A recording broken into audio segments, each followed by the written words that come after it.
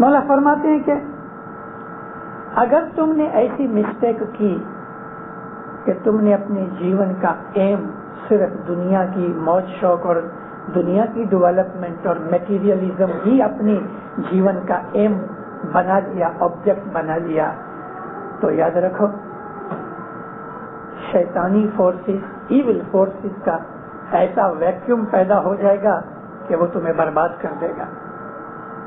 اس کے لیے میں ہمیشہ، مولا فرماتے ہیں، میں فرمان کرتا آیا ہوں کہ دنیا اور دین، میٹیریل لائف اور اسپرچول لائف کے اندر ایسا سم تول بیلنس رکھو کہ دنیا کے اندر بھی تمہاری ڈیوٹیاں پوری ہوتی رہیں اور دین کے اندر بھی تمہاری اسپرچول اپلفٹمنٹ اور پروگرس چالو رہے۔ ایسا نہیں ہونا چاہیے کہ دنیا کے اندر اتنے پھنس جاؤ کہ تمہاری روحانی پروگرس بند ہو جائے۔ اور مولا فرمایا یہ بھی میں نہیں چاہتا کہ تم صرف دین کی باتوں کے اندر ساری زندگی گزار کے اور تمہارے بیوی بچوں کے اور دنیا داری کے جو فرض ہے وہ تم پورے نہ کرو اور چھوڑ دو۔ ایک ایسا فرمان ہے امام کا بامبے میں فرمایا، ہمارے اندر اسماعیلی مذہب میں سے، جماعت میں سے ایک ایسا گروپ نکل گیا، اس گروپ کا نام ہے اخوان الصفا۔ انہوں نے ٹھنڈی کے اندر ٹھنڈے کپڑے یعنی کاٹن کے کپڑے پہنے ونٹر میں، اور جب یہ سمر آوے تو وولن کپڑے پہنے، ٹھنڈی کے اندر ٹھٹھرتے ہوئے اور گرمی کے اندر وولن کپڑوں سے اتنا پسینہ نکلے ریب جیب ہو جائیں، بھوکے رہنے، روزے رکھیں اور عبادت میں ہی اپنا جیون گزارے۔ مولا فرمایا میری جماعت نے یہ رستہ نہیں لیا، ہم کو اپنے شریر کے اوپر دکھ دے کے اور دنیا داری چھوڑ کے، دنیا کی ڈیوٹیاں چھوڑ کے عبادت کرنے کی ہمارے اماموں نے، نبیوں نے، ہمارے پیروں نے ہمیں منائی کی ہے۔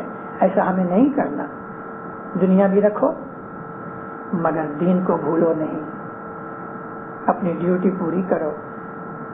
کبھی رات کو اجاگرہ بھی کیا ہے تو پروڑیے کی عبادت، وہ اجاگرے کے کارن سے عبادت چھوڑ دو دینداروں۔ آپ نے دنیا کی موج شوق کا اگر کیا ہے کہ پارٹی ہے یا کسی جگہ آپ کوئی سوسائٹی میں گئے اور رات کو 12-1 بجے تک نہیں سوئے تو آپ کو یہ دنیا کی اس رات کی موج شوق کی قیمت صبح کی بندگی سے دینی ہے؟ وہ تو نہیں ہونا چاہیے۔ آپ کی نظر کے اندر صبح کی بندگی سے وہ رات کی موج شوق زیادہ ہو گئی کہ صبح اٹھنا ہی نہیں؟ مانا تھک گئے ہیں، لیٹ سوئے ہیں تو بھی اٹھو، 10-20 منٹ بھی مولا کو ایسا ہوئے کہ نہیں میرا بچہ صبح اٹھا ہے، مجھے یاد کیا ہے۔ مولا کو ہماری عبادت کی کوئی پرواہ نہیں، مولا کو ہم عبادت کر کے بڑا نہیں بنا سکتے، وہ تو بڑا ہے ہی، اور ہم عبادت نہیں کریں گے تو وہ چھوٹا ہونے والا نہیں ہے۔ اس کو ہماری کوئی چیز کی ضرورت نہیں، مگر وہ یہ دیکھنا چاہتا ہے کہ تم میرے سے پیار کرتے ہو کہ نہیں کرتے، اور کچھ نہیں۔ امام صرف محبت چاہتا ہے، اور جب محبت ہوتی ہے تو اس کے اندر ایسی چیزیں خود بخود پیدا ہو جاتی ہیں۔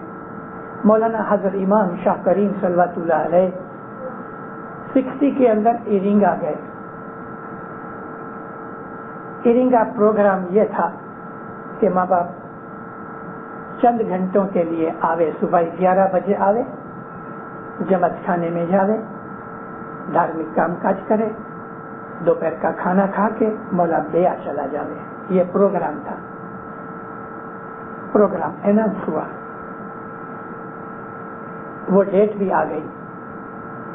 پروگرام جب اناؤنس ہوا کہ آپ کی کل حضرت امام کی 11 بجے 15 منی کریں گے اور دھارمک کام کاج کر کے لنچ کھا کے حضرت امام چلے جائیں گے، جماعت خوشی سے نہال ہو گئی۔ ایک ودھوا بائی اور اس کی ایک لڑکی، یہ دونوں بھی ادھر تھی جماعت خانے میں، اور ماں بیٹی دونوں جماعت خانے کی سیوا کرتی تھیں۔ اتنی سخت غریب کہ انہوں نے کبھی کوئی بڑی چیز کے لیے آشا بھی نہیں کی۔ مشنریوں کی وعظوں کے اندر بہت سی چیزیں ہوتی ہیں، ظاہر کی بھی ہوتی ہیں، باطن کی بھی ہوتی ہیں، شریر کی بھی ہوتی ہیں، آتما کی بھی ہوتی ہیں۔ وعظوں کا جو بیس ہوتا ہے وہ امام کے فرمان ہوتے ہیں، اللہ کا کلام ہوتا ہے، نبی کا کلام ہوتا ہے، پیروں کا کلام ہوتا ہے۔ پرسنے کے طریقے سب کے جدے ہیں، مگر اصل حقیقت تو وہی ہے۔ گھر جب ہی پہنچے تو گھر جانے سے پہلے ماں اور بیٹی ایک دوسرے کو دیکھتی رہی۔ گھر پہنچی تو لڑکی کہتی ہے، ماں کل حضرت امام آتے ہیں، میں نے واز میں سنا ہے مولا کو مرغی کے چکن کے سموسے بہت پسند ہیں، تو ہم مولا کے لیے چکن کے سموسے کل رکھیں۔ دوسرے دن کا جو لنچ تھا وہ مکھی کے گھر پہ تھا۔ ماں نے کہا بیٹھ کہ چکن کے سموسے لے کے جائے گی تو مکھیانی تیرے کو اندر داخل نہیں کرنے دے گی، اور یہ ہو بھی تو نہیں سکتا۔ ماں کی گھرکی سے چپ تو ہو گئی، لیکن اندر اندر کھچڑی پکاتی رہی، رہ نہ سکی۔ اس نے اپنے من کے اندر نکی کیا کہ میں تو یہ کروں گی، یا مولا تو مجھے توفیق دے، میں سموسے بناؤں اور تو سموسے کھائے۔ صبح ہوئی، جماعت خانے گئے، ساری جماعت چلی گئی۔ مکھیانی یہ بڈھی کو بولتی ہے، اماں میرے کو جانا ہے ایئرپورٹ کے اوپر، تو ایسا نہ ہوئے کہ تم میرے گھر پہ آؤ تھوڑا مدد کرنے کے لیے، اور اپنی لڑکی کو بھی لے آؤ۔ بڈھی بہت خوش ہوئی، ضرور مکھیانی ماں میں آؤں گی۔ جب ہی گھر پہنچے تو لڑکی بہت خوش تھی۔ ایک دروازہ تو کھل گیا، اس کے گھر جانے کا دروازہ کھل گیا۔ اس نے ایک مرغ لیا، نوکر سے ذبح کرایا اور اس کا گوشت نکالا۔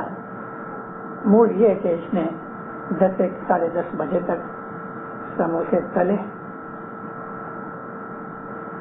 اور اچھی طرح سے فوائل کے اندر بند کر کے جب مکھیانی ماں کے گھر پہ گئی تو اس نے اس چیز کو چھپا کے رکھا۔ مکھیانی تو چلی گئی، اس نے اس کو ایسے اوون میں کہ جو بہت لو ٹیمپریچر پہ رہے رکھ دیا۔ گھر کا کام کاج کر کے ان کو بھی فرصت ملی۔ مولانا حضرت امام جماعت خانے گئے، مکھیانی ادھر آئی، کچھ بائیاں بھی آئیں، انہوں نے ٹیبل سجائے۔ مولانا حضرت امام جب کھانے کے لیے اس کے گھر پہ آئے تو اس لڑکی نے چالاکی سے وہ سموسے نکال کے، ٹیبل سج گیا تھا، ایک پلیٹ میں ڈال کے ٹیبل پہ اس طرح رکھ دیے کہ کسی نے دیکھا نہیں، اور مکھیانی کے مینیو کے اندر سموسے نہیں تھے۔ مولا کے بیٹھے، جوس پیا، باتیں کرتے رہے۔ تھوڑی دیر کے بعد مولا نے کہا چلو ابھی ہم کھانا کھائیں۔ مولا کا ٹیبل اکیلا تھا اور مولا کے ساتھ ہم لوگ جو تھے، ہمارا ٹیبل جدا تھا۔ مولا جب ہی اٹھے تو پہلے ٹیبل کے اوپر ایک نظر لگائی، نظر دی، آ کے بیٹھے۔ مکھیانی کو کہا کہ اچھا پہلے سموسے لاؤ۔ کہتی خدا مند I'm sorry, I didn't prepare that. No, there is. You see? صاحب خود اٹھے، ساری پلیٹ اٹھا کے اپنے سامنے رکھی اور سموسے کھانے لگا۔ مکھیانی حیران کے سموسے آئے کدھر سے؟ انسان کے دل کے اندر جو نیت ہوتی ہے وہ محبت کی نیت، امام اسی چیز کا پیارا ہے۔ مال کا، دکھاوے کا، بڑائی کا، بگلوں کا، موٹروں کا امام کو کوئی خیال نہیں، ان چیزوں کی انہیں کوئی پرواہ نہیں۔ اس کے پاس تو سارے جہان کی، یہ ساری سرشٹی کی سلطنت اس کی ہے۔ یہ جو کچھ بھی اس دنیا میں ہمیں دکھتا ہے یہ کس کا ہے؟ اس کا ہے۔ اور کبھی کسی انسان کے قبضے میں خدا تعالیٰ نے کچھ دے دیا تو 25-50 برس اس کے اندر رہے گا تو چھوڑ کے چلا جائے گا. آدمی کے ساتھ کچھ جاتا ہے. خدا کو ایک ہی چیز پیاری ہے, اپنے بندے کی محبت. اور یہ محبت ہے کہ جس کے راستے کے اندر دو تکلیفیں آتی ہیں. محبت جو ہے وہ کہتے ہیں کہ it's not the bed of roses. محبت پھولوں کی سیج نہیں. محبت کے راستے میں تو کانٹے ہی کانٹے ہیں, بہت دکھ ملتے ہیں, لیکن پریمی کو ان دکھوں کے اندر بھی سکھ ملتا ہے. دکھ سکھ جو ہے وہ ہمارے من کی اسٹیٹ آف مائنڈ ہے. جو محبت کرتا ہے مولا سے, اس کو دنیا کے دکھ دکھی نہیں کر سکتے. مولا سے جو پریم کرتا ہے اس کو تو صرف مولا کی ہی لگنی لگی ہوتی ہے, اور وہ دنیا کے اندر جو رہتا ہے تو مولا کے فرمان کے حساب سے رہتا ہے. وہ آدمی جو امام کو چاہتا ہے وہ اچھا مومن ہے, نیک ہے, بیسٹ ہے. انسانوں کے اندر بھی انسانیت, ہیومینٹی کی نظر سے بھی وہ بیسٹ ہیومن بینگ ہوتا ہے. اگر بیسٹ نہیں ہے تو ون آف دی بیسٹ ہے.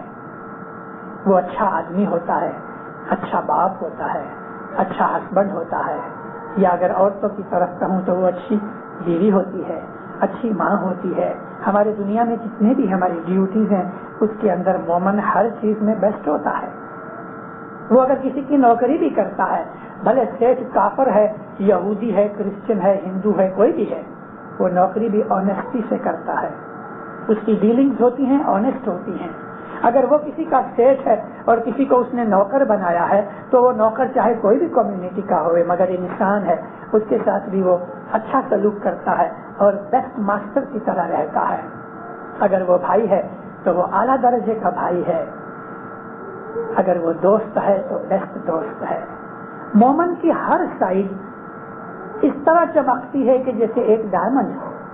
ڈائمنڈ کے اوپر اس کی 8 کٹنگز ہوتی ہیں, 8 میں سے پھر 16 بنتی ہے, 16 میں سے 32 ہوتی ہیں, اور بعض ڈائمنڈ ایسے ہیں کہ جن میں 64 بھی ہوتی ہیں.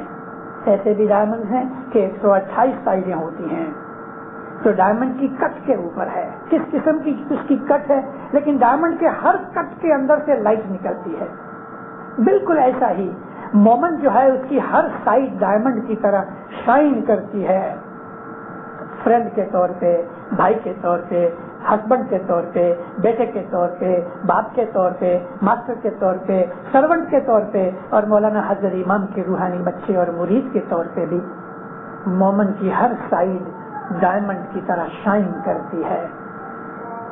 یہ ہے انسان کے لیے وہ ایم جس پہ ہمیں پہنچنا ہے. عام لوگوں کو ان چیزوں کی قدر نہیں, یہ تو ہمارے پیروں کے گنانوں کے اندر ہے. یہ جو محبت کا راستہ ہے مومنوں, میں نے آپ کو عرض کی مشکل راستہ ہے. اس میں دکھ ہیں ظاہر میں, لیکن آپ نے اگر نفی کر لیا تو یہ دکھ میلٹ ہو جاتے ہیں. اگر ایک انسان نفی کر لے کہ مجھے عبادت کرنی ہے, مجھے اچھا دنیا میں اسماعیلی طریقے رہنا ہے, تو پھر اس کے لیے تمام اڑکھیلیاں پرابلمز ہوتی ہیں وہ میلٹ ہو جاتی ہیں, اور اس کے دل کے اندر کوئی دکھ نہیں ہوتا. ایک گنن کا پارٹ بولو ہے جی روپل کٹاری تن ماری انے ویندی انگو انگ اور پیڑا جو ہووے پریم کی تو جائی ملو ہری رنگ. روپل کٹاری چاندی کی تلوار, کٹاری کہتے ہیں ڈگر کو. چاندی کا ڈگر اپنے اندر مارو اور اس طرح لگاؤ کہ تمہارا انگ انگ جو ہے وونڈڈ ہو جائے. پھر جو پیڑا ہوگی پریم کی پیڑا, تب تم کو ہری کا رنگ ملے گا. شمس تبریز ہمارے امام مولانا علی الدین محمد کے بیٹے تھے. مولانا شمس الدین کے چاچا ہوتے تھے.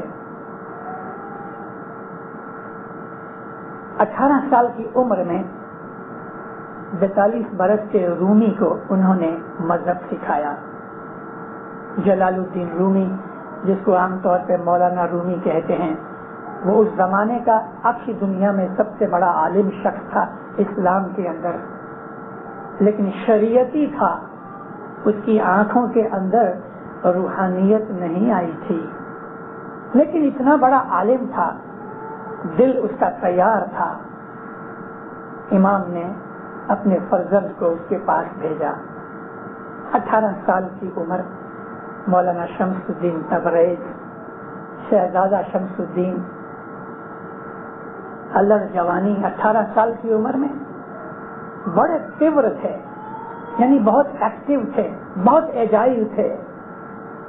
آنکھ کی پلک میں کدھر کدھر چلے جاتے تھے. ان کا لقب پڑ گیا پرندہ. پرندہ کہتے ہیں برڈ، وہ برڈ کی طرح اڑتے تھے. بعض لوگ ادھر دیکھتے ہیں تو شام کے وقت وہ ایسے مقام میں ہوتے تھے کہ جہاں لوگ 2-3 دن میں پہنچتے ہیں. انہوں نے جا کے جلال الدین رومی کو جگایا. میں ساری سٹوری نہیں سنانا چاہتا، بہت وقت چاہیے، لیکن جلال الدین رومی پہ دل کو زخمی کر دیا. زخمی اس طرح کیا کہ اپنے اسٹوڈنٹس کے سامنے وہ کھڑا تھا. پانی کا ایک پول تھا، سوئمنگ پول کی طرح، اندر کمل کے پھول تھے. اس کی پاڑ کے اوپر، دیوار کے اوپر بیٹھا تھا. کتابیں لکھی ہوئی بازو میں پڑی ہیں. سامنے اس کے اسٹوڈنٹس بیٹھے ہیں، اور اس باغیچے کے اندر جو اس کے گھر کا باغیچہ تھا لیسن دے رہا تھا. وہ شریعت سکھا رہا تھا. حضرت شمس الدین بھاگتے بھاگتے اس کے پاس آ کے بیٹھ گئے. دیکھا تو فقیر درویش کی طرح کی صورت تھی، داڑھی تھی، لمبے بال تھے. آنکھوں کے اندر جب آنکھ ڈالی تو اس کے بدن کے اندر ایک کرنٹ لگا.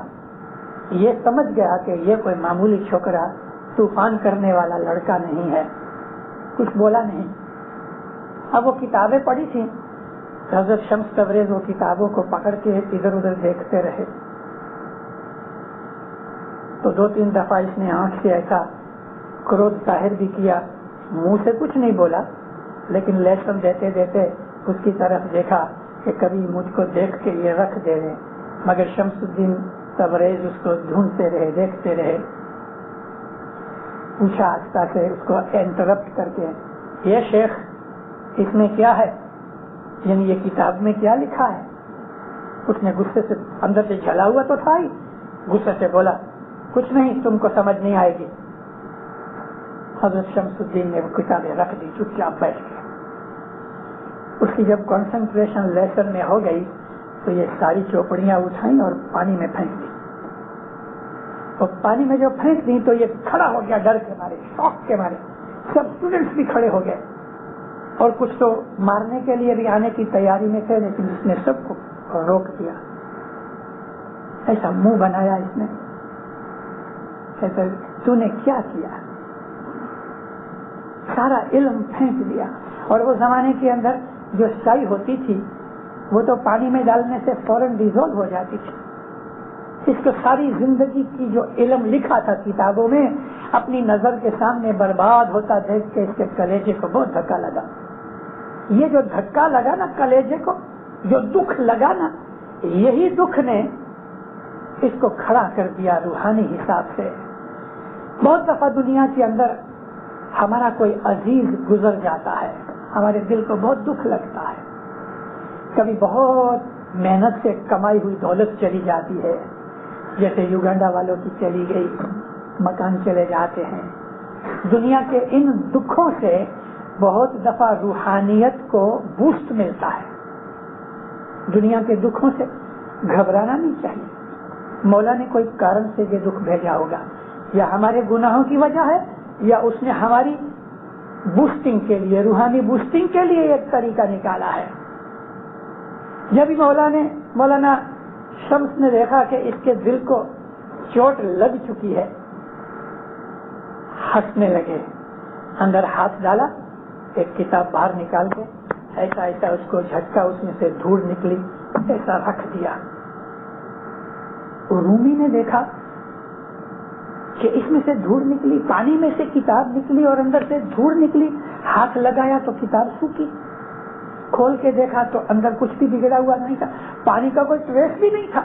دوسری کتاب نکالی, تیسری کتاب نکالی. حضرت شمس الدین نے تبریزی نے ساری کتابیں نکال کے اوپر رکھ دی اور ہنستے ہنستے ایک نگاہ ڈالی. یہ گئے بھاگ گئے, چلے گئے. یہ پیچھے سے بھاگا, کہتے یہ کیا ہے؟ تو آپ نے مڑ کے کہا تو نہیں سمجھے گا. وہی جواب اس کو دیا, غائب ہو گئے. مولانا رومی کو جو چوٹ لگ گئی, بس وہ چوٹ لگ گئی. اس کی اندر کی جو آنکھیں تھیں کھل گئی, وہ شریعت کے بندھن سے چھوٹ گیا, لگا کے غائب ہو گئے. 3 برس تک ایک گاؤں سے دوسرے گاؤں, دوسرے گاؤں سے تیسرے گاؤں ڈھونڈتے رہے. پتہ لگا کہ قبرستان میں ایک مکان میں رہتے ہیں. آیا تو دور سے دیکھا, اوپر فرسٹ فلور کے اوپر کھڑکی کے پاس, ونڈو کے پاس حضرت شمس بیٹھے ہیں, آنکھیں بند ہیں. اتنا خوش ہوا, 2 جہان کی دولت مل گئی. 3 برس کے بعد جس کو ڈھونڈ رہا تھا وہ یہاں ملا. بہت دیر تک وہ دیدار کرتا رہا, دل خوش ہو گیا. آہستہ آہستہ آہستہ دادر چڑھ کے, سیڑھیاں چڑھ کے اوپر گیا. ایک ہی روم تھا, دوسرا کوئی ونڈو بھی نہیں تھی, اور یہ ایک ہی ونڈو تھی. اوپر گیا تو روم خالی. بڑا حیران ہوا کہ میں تو دادر میں یہ سیڑھی کے اوپر اکیلا آیا. اندر جا کے اس نے جب ونڈو میں سے دیکھا تو حضرت نیچے تھے اور ونڈو کافی اونچی تھی. پھر یہ نیچے اترا تو دیکھا حضرت اوپر ہیں. یہ پھر اوپر گیا تو حضرت نیچے ہیں. جب تیسری دفعہ ایسا ہوا تو نیچے سے مولانا شمس فرماتے ہیں مرشد کو ملنے کا طریقہ کوئی سیڑھیوں کی ضرورت نہیں ہوتی. اوپر سے اس نے چھلانگ مار دی, ہاتھ پاؤں ٹوٹ گئے, لیکن مرشد کے پاؤں پہ آیا. یہ پہلی مہربانی ہوئی, اس کے اوپر ہاتھ رکھا, پاؤں کو ہاتھ لگایا, وہ ٹھیک ہو گیا. اور یہاں اس کو کچھ ہدایت کی کہ بھئی یہ کرو. یہ پہلا موقع تھا کہ اس کو اسم اعظم ملا جو شریعت کے اندر نہیں ہے, ملا کو پتا نہیں ہے اس چیز کا.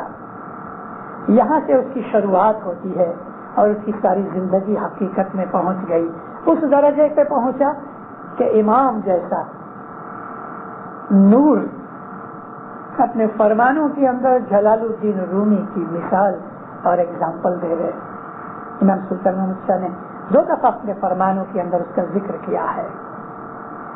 دنیا کے اندر ہمیں رہنا ہے, مالدار بنو, کوئی گناہ نہیں, لیکن اچھے طریقے سے حلال روزی. آتما کے لیے حلال روزی بہت ضروری ہے.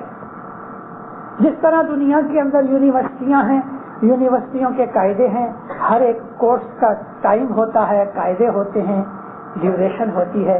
مومنوں اسی طرح سے ہماری جو روحانی عظمت ہے, ہماری اسپرچول ڈیولپمنٹ جو ہے, اس کے بھی کچھ قاعدے ہیں.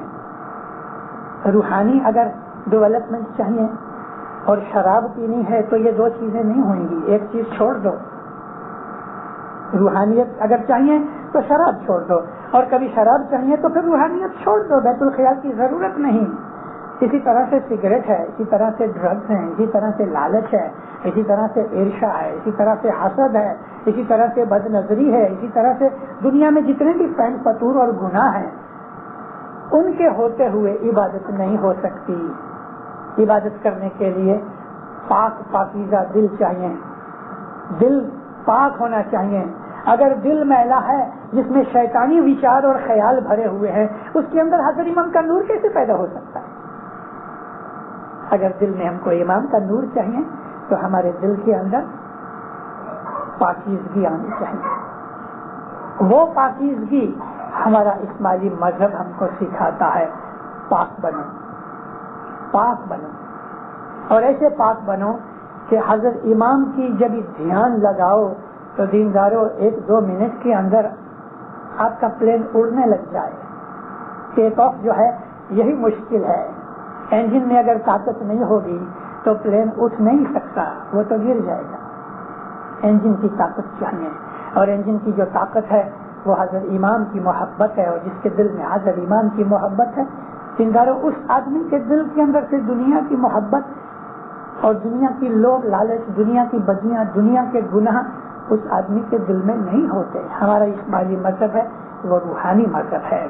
اس مذہب کے اندر ہمیں اپنی روحانی عظمت کرنی ہے, کیونکہ ہمیں ایک دن گزر جانا ہے, اور گزرنے سے پہلے ہم اس منزل تک پہنچ جائیں کہ ادھر ہماری آنکھ بند ہوئے, سامنے ایروپلین تیار ہوئے اور مولا کے حضور میں پہنچ جائیں. اس ایروپلین کو گنانوں کے اندر ویمان کہا ہے. ویمان کہتے ہیں اڑنے والا کوئی ینتر جس کے اندر بیٹھ کے لوگ اڑ جائیں, اس کو ویمان کہتے ہیں. ہمارے گنانوں میں ہے یہ نام. جیسے انسان کی موت کا وقت آئے گا اس کو ویمان لینے کے لیے آئے گا اور وہ امام کے حضور میں جائے گا. ہماری صبح کی جو عبادت ہے وہ ایک وہیکل ہے. 10 رکعت اپنی برابر دو, 3 وقت کی دعا برابر پڑھو, جماعت خانے کی حاضری برابر رکھو, اللہ میرے صبح آیا کرو. خصوصاً جو نزدیک رہتے ہیں ان کے اوپر تو یہ فرض ہے کہ صبح جماعت خانے میں آؤ. اگر صبح آپ جماعت خانے نہیں آ سکتے دور ہونے کے کارن سے, تو کم از کم 4 بجے کھٹلا چھوڑ دو, زمین پر بیٹھ کے, کارپیٹ پر بیٹھ کے. 1 گھنٹہ نہیں بنتا تو آدھا پونا گھنٹہ بھی, مگر عبادت کرو. یہ عبادت ہی ہمارے مذہب کا ایسنس ہے. مولا آپ کو سکھی آباد کرے, ایمان کی سلامتی دے دے, حقیقتی سمجھ دے دے, ہر گناہ سے بچاوے, ہر نافرمانی سے بچاوے, شیطان کے تسلط سے بچاوے. مولا آپ کی نیک امیدیں پوری کرے, مولا آپ کی دعائیں قبول کرے, 10 سکریت میں پورا رکھے, ظاہر باطن میں آپ کو نعمتیں دے دے, دین و دنیا میں سکھی آباد کرے. مولا ہمیشہ ہمیشہ اپنی محبت کے اندر اجاگر رکھے. مولا آپ کے دلوں کو اپنے نور سے بھر دے لے. ظاہر باطن دیدار ہمیشہ عنایت کرو.